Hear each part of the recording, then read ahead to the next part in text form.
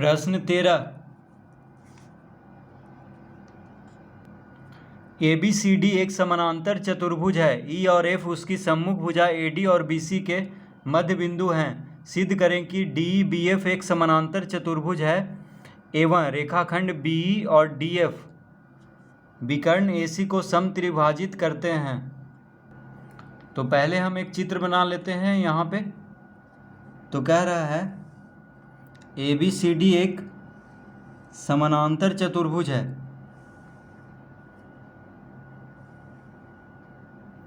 ABCD क्या है? एक समानांतर चतुर्भुज है। तो लिख लेंगे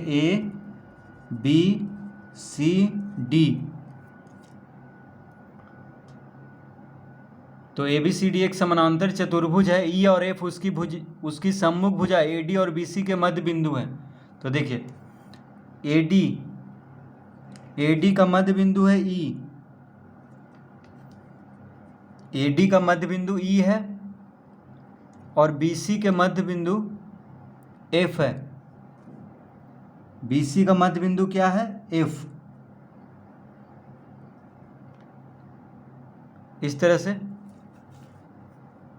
सिद्ध करें कि DBF एक समानांतर चतुर्भुज है एवं रेखाखंड BE और DF विकर्ण AC को, अब देखिए विकर्ण AC पहले हम बना लेते हैं।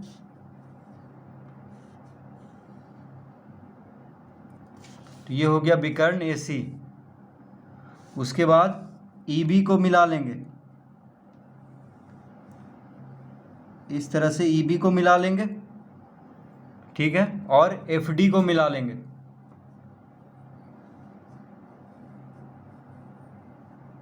इस तरह से, ठीक है। यहाँ पे M लिख लेंगे और यहाँ पे L लिख लेंगे। तो इस तरह से चित्र बना हुआ है।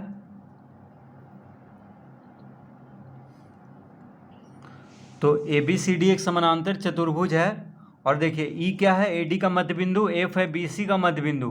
क्या सिद्ध करना है कि DBF, देखिए DEBF एक समानांतर चतुर्भुज है। ये सिद्ध करना है कि DBF क्या है? एक समानांतर चतुर्भुज है एवं रेखाखंड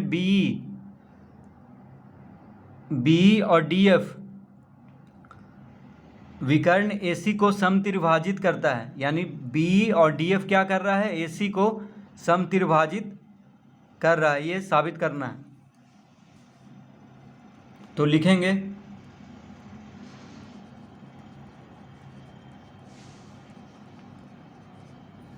ABCD एक समानांतर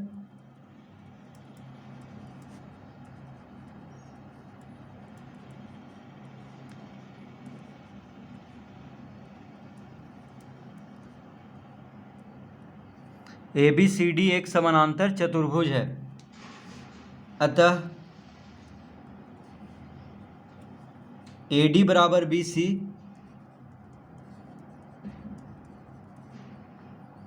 और AD समानांतर BC। तो देखिए ABCD क्या है? एक समानांतर चतुर्भुज है ABCD। तो समानांतर चतुर्भुज का सम्मुख भुजा बराबर और समानांतर होता है। तो ABCD जब एक समानांतर चतुर्भुज है तो AD किसके बराबर हो जाएगा? BC के बराबर, और AD समानांतर होगा BC के, ठीक है। अतः तो AD जब BC के बराबर है तो AD का आधा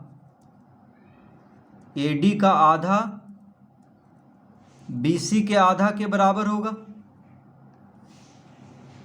तो AD जब BC के बराबर है तो AD का आधा और BC का आधा क्या होगा? बराबर, ठीक है।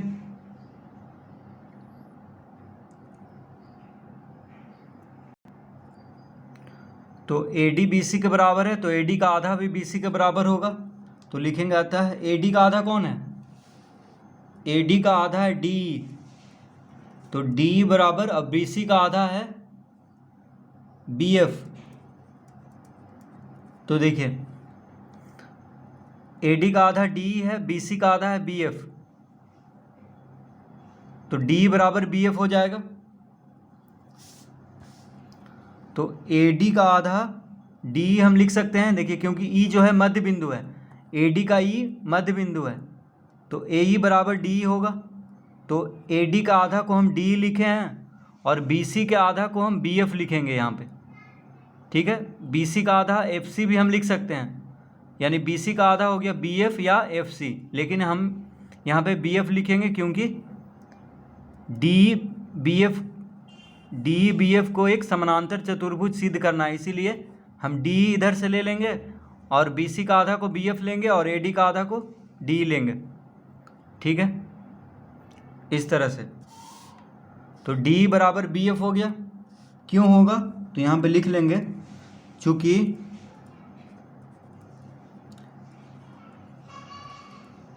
ई तथा एफ क्रमशः ए डी और बी सी के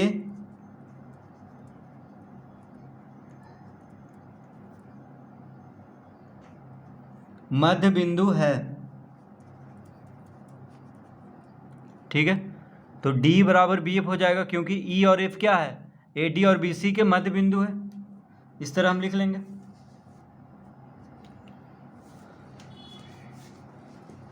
अब लिखेंगे चूंकि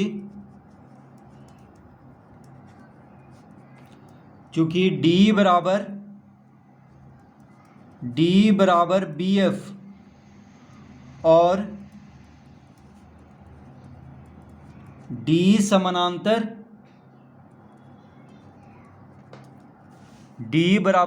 और डी समानांतर बी एफ, देखिए डी बी एफ के बराबर हो गया और डी समानांतर है बी एफ के। क्यों, क्योंकि ए डी समानांतर है बी सी के, तो डी बी एफ के समानांतर हो जाएगा, ठीक है। तो डी बराबर हो गया बी एफ और डी समानांतर है बी एफ के, इसका मतलब हो गया कि डी बी एफ, देखिए डी ई बी एफ एक समानांतर चतुर्भुज हो गया क्योंकि डी बराबर है बी एफ और डी समानांतर है बी एफ, तो इसका मतलब डी बी एफ क्या हो गया, एक समानांतर चतुर्भुज। समानांतर चतुर्भुज का सम्मुख भुजा समानांतर और बराबर होता है, ठीक है। तो हम लिख लेंगे अब यहाँ पे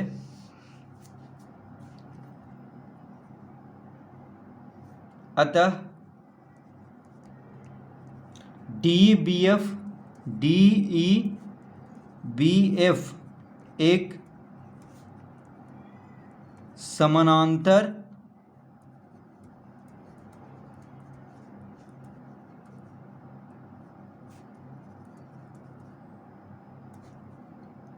डी बी एफ क्या है, एक समानांतर चतुर्भुज है, ठीक है। तो डी बी एफ एक समानांतर चतुर्भुज है, ये सिद्ध करना था, तो एक चीज़ आ चुका है, ठीक है, ये आ गया है।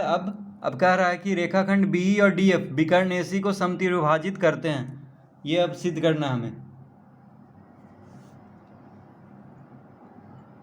तो जब डी बी एफ एक समानांतर चतुर्भुज हो गया है तो लिखेंगे अतः बी बराबर डी एफ हो जाएगा, अतः बी बराबर डी एफ और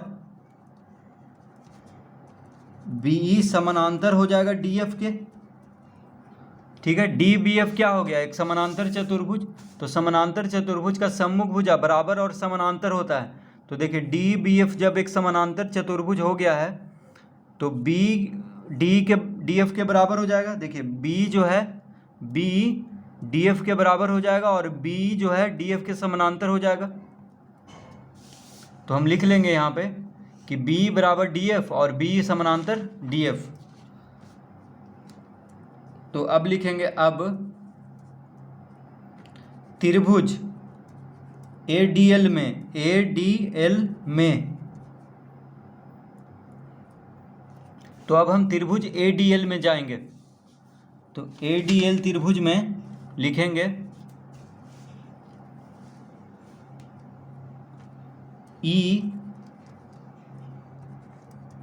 ए डी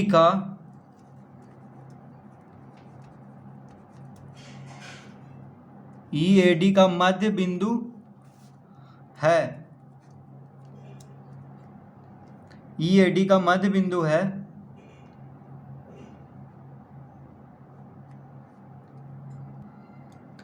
EAD का मध्य बिंदु है तथा EM समानांतर DL है। ठीक है, तो त्रिभुज ADL में E जो है AD का मध्य बिंदु है और EM समानांतर है DL के। तो देखिए त्रिभुज ADL देखिए इसमें त्रिभुज ADL, इस त्रिभुज में, तो त्रिभुज ADL में E क्या है, AD का मध्य बिंदु है। देखिए E जो है AD का मध्य बिंदु है, ये दिया हुआ था, और EM जो है समानांतर है DL के। तो EM समानांतर है DL के। कैसे समानांतर है, क्योंकि EBFD यानी DEBF हम एक समानांतर चतुर्भुज सिद्ध कर चुके हैं। तो BE जो है DF के समानांतर है, इसका मतलब हो गया कि EM जो होगा DL के समानांतर होगा। ठीक है, तो त्रिभुज ADL में E मध्य बिंदु है AD का और EM जो है DL के समानांतर है। तो इसका मतलब हो गया कि M जो है AL का मध्य बिंदु होगा। मध्य बिंदु परिमेय के विलोम से क्या हो जाएगा, M जो है AL का मध्य बिंदु हो जाएगा, क्योंकि त्रिभुज ADL में E मध्य बिंदु है AD का और EM समानांतर है DL। तो मध्य बिंदु परिमेय के विलोम से M जो होगा AL का मध्य बिंदु हो जाएगा। तो लिखेंगे त्रिभुज ADL में EAD का मध्य बिंदु है तथा EM समानांतर DL है, अतः AM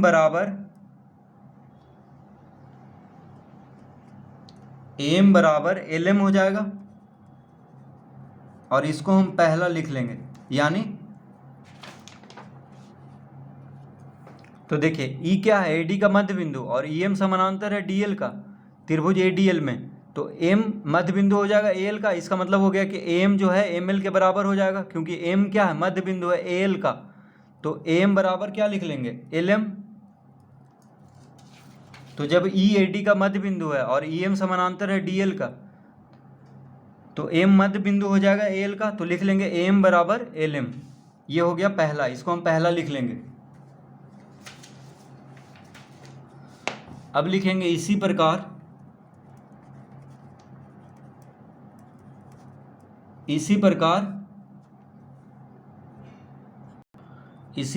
त्रिभुज BMC में, तो इसी प्रकार त्रिभुज BMC में क्या हो जाएगा, LM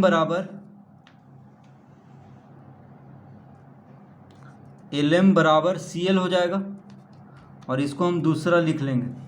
तो देखिए त्रिभुज BMC में भी, त्रिभुज BMC कहाँ पे है, त्रिभुज BMC, देखिए इस त्रिभुज को क्या कहेंगे, त्रिभुज BMC। तो त्रिभुज BMC में FBC का मध्य बिंदु है। ठीक है, F क्या है, BC का मध्य बिंदु है, और LF जो है BM के समानांतर है, क्योंकि EBFD क्या है, यानी DEBF एक समानांतर चतुर्भुज है। तो BM किसके समानांतर हो जाएगा, LF के। तो इसका मतलब हो गया कि L जो है मध्य बिंदु है MC का, L मध्य बिंदु हो जाएगा MC का, मध्य बिंदु परिमेय के विलोम से।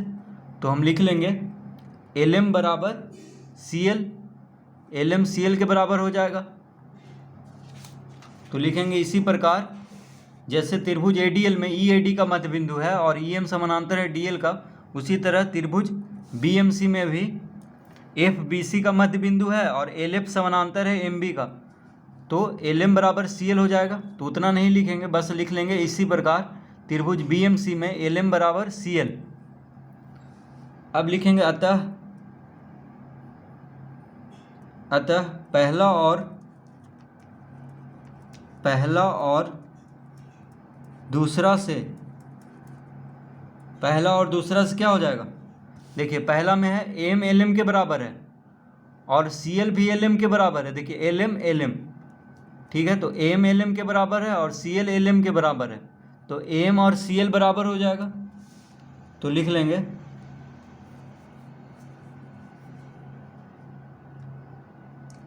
पहला और दूसरा से AM बराबर LM बराबर CL हो जाएगा, तीनों आपस में बराबर हो जाएगा।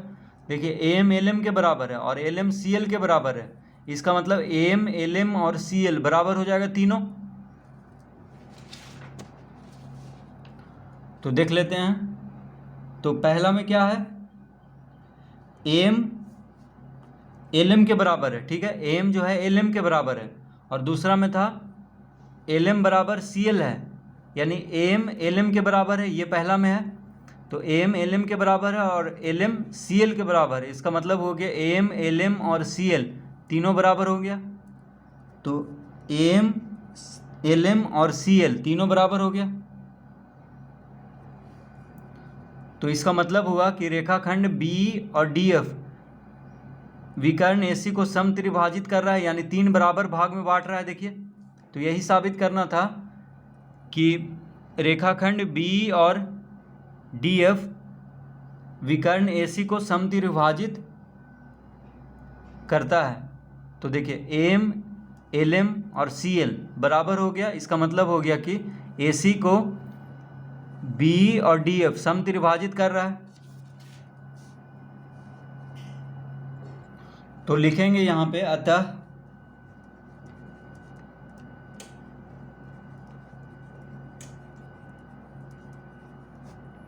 रेखाखंड बी और डी एफ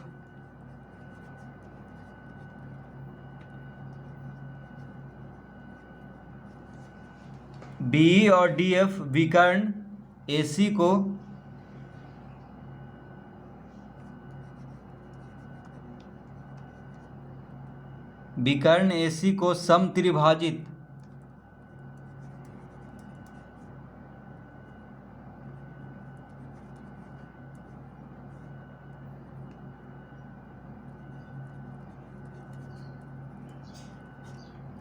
तो रेखाखंड बी और डी एफ विकर्ण एसी को समत्रिभाजित करता है। ठीक है, तो इस तरह हम इसको सिद्ध करेंगे।